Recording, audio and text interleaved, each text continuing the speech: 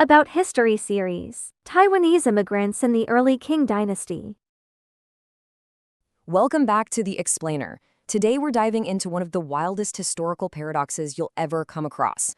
We're looking at a fascinating moment in time where a government tried to completely lock down an island, and in doing so, accidentally built this booming, rebellious, and wildly prosperous frontier. It's literally a story of heavy-handed rules colliding head-on with human desperation and ingenuity. Just think about that for a second. How exactly does a rigid, total lockdown end up fueling a massive economic boom and, honestly, chaotic social engineering? Normally, you'd think strict government quarantines would totally stifle growth, right? Well, as we'll see from the historical records, the exact opposite happened here.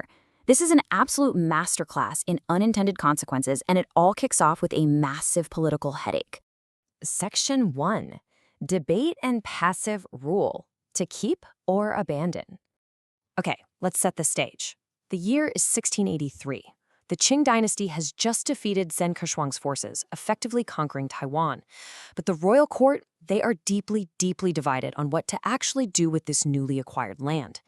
You have Emperor Kangxi, who initially looks at Taiwan and basically calls it a mudball in the sea. He thought it'd be way too hard to govern and completely useless to the mighty Qing Empire. His big plan was to just abandon it entirely and force all the Han Chinese living there to move back to the mainland. But on the flip side, you have General Shilong. He argued fiercely that Taiwan was a rich land, absolutely vital for defending the southeastern coast. Ultimately, the strategic defense argument won out. Kangxi flipped his position, and in 1684, Taiwan was officially brought into the empire. But just because they kept it, sure doesn't mean they trust it. Because the Qing were terrified Taiwan would become a rebel stronghold, they rolled out what historians call passive rule. And honestly, these policies read like an instruction manual for sheer institutional paranoia. Officials and troops were strictly rotated out every 3 years. And get this, they weren't even allowed to bring their families. On top of that, to stop any potential rebels from seizing forts, they actually banned the construction of strong brick walls. You could only build weak bamboo ones. They also demanded total separation from indigenous lands. The whole system was intentionally rigged to keep the infrastructure flimsy and the population entirely transient. Section 2.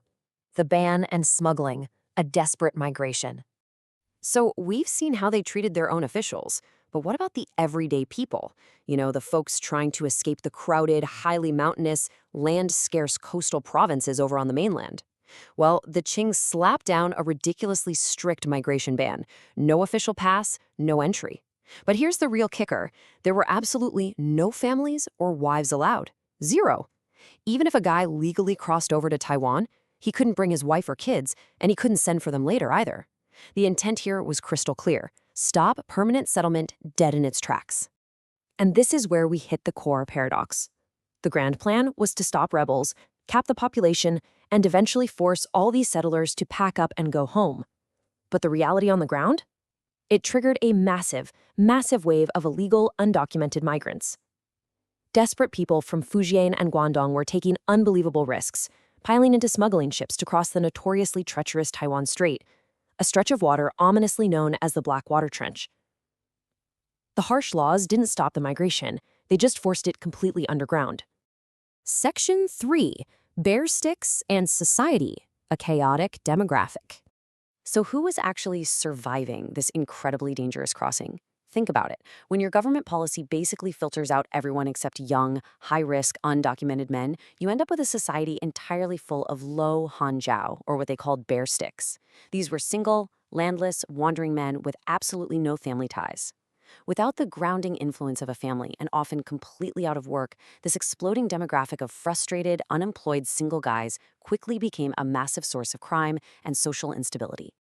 To really wrap your head around just how insane this gender imbalance was, check out this vivid historical proverb from the time. A wife is better than 3 gods.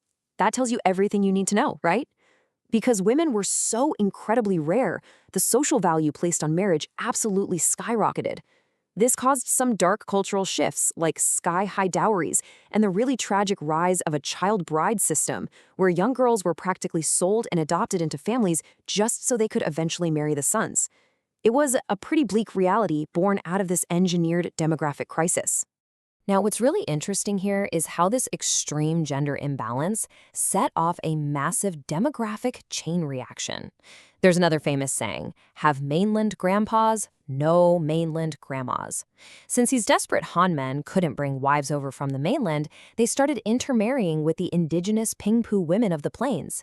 This dynamic fundamentally rewired the island's demographics and drastically reduced the distinct Pingpu population over the generations. Naturally, this demographic powder keg quickly turned into fierce geographic tension. You have to remember, these migrants weren't some unified group. They hailed from completely different regions, and they were competing brutally for basic survival. Generally speaking, Quanzhou people settled around the coastal ports, Zhangzhou people claimed the plains, and the Hakka folks, who either arrived later or just got pushed out, retreated up into the hills and mountains. Because everyone was fighting tooth and nail for land and water, plus holding on to deeply ingrained cultural differences from back home, frequent and incredibly bloody armed conflicts broke out all the time. It was the Wild West, basically. Section 4. Land and water, engineering and economic boom. Yet, despite the non-stop chaos, the violence, and the suffocating government policies, these tough-as-nails migrants managed to pull off something truly astonishing. First, let's talk about the land grabs. The Qing government, desperately trying to keep the peace, drew up what they called the Earth Cow Red Line. This was meant to be a strict physical and legal boundary keeping Han settlers totally separate from indigenous territory. But remember our bear sticks. They were completely desperate for land. So Han settlers just continuously pushed past this red line, constantly using deceptive tactics or outright aggressive occupation to swallow up indigenous lands. Once they actually got their hands on the land, they had to figure out how to develop it fast. This gave rise to the one field, two owners system. Here's how it worked. A wealthy guy, or a group known as the large rent holder, would secure a massive land grant from the government or from indigenous owners. But it was way too huge to farm by themselves, so they'd chop it up and lease it out to middlemen who collected what was called the small rent. Then those middlemen subleased it again to the actual tenant farmers who did the back-breaking labor. This cascading hierarchy functioned like an engine, driving crazy fast agricultural expansion from the south of the island all the way up to the north. But look, land is absolutely useless without water. And this is where the sheer entrepreneurial hustle of these settlers really shines.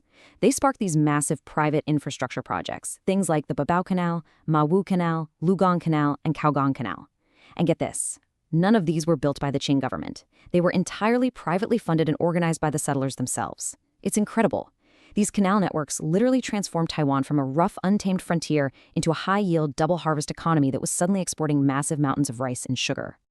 Section 5. Unrest and prosperity, the final paradox.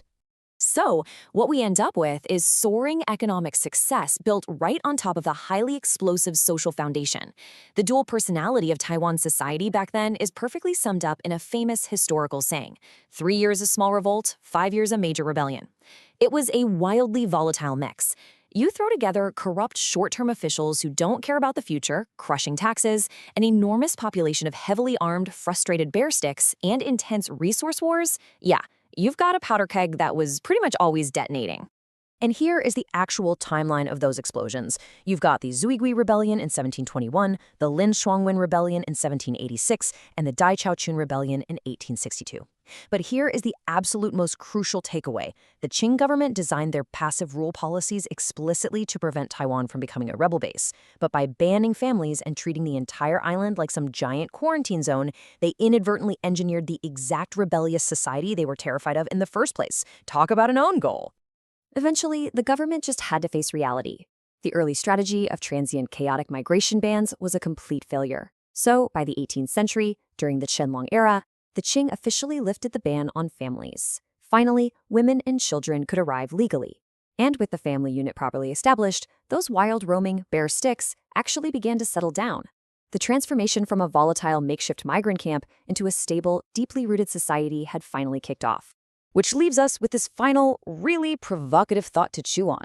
How did a society that was practically designed to fail, governed by intense paranoia, isolated by draconian laws, and populated almost entirely by desperate smugglers, manage to lay the foundation for an agricultural and economic powerhouse?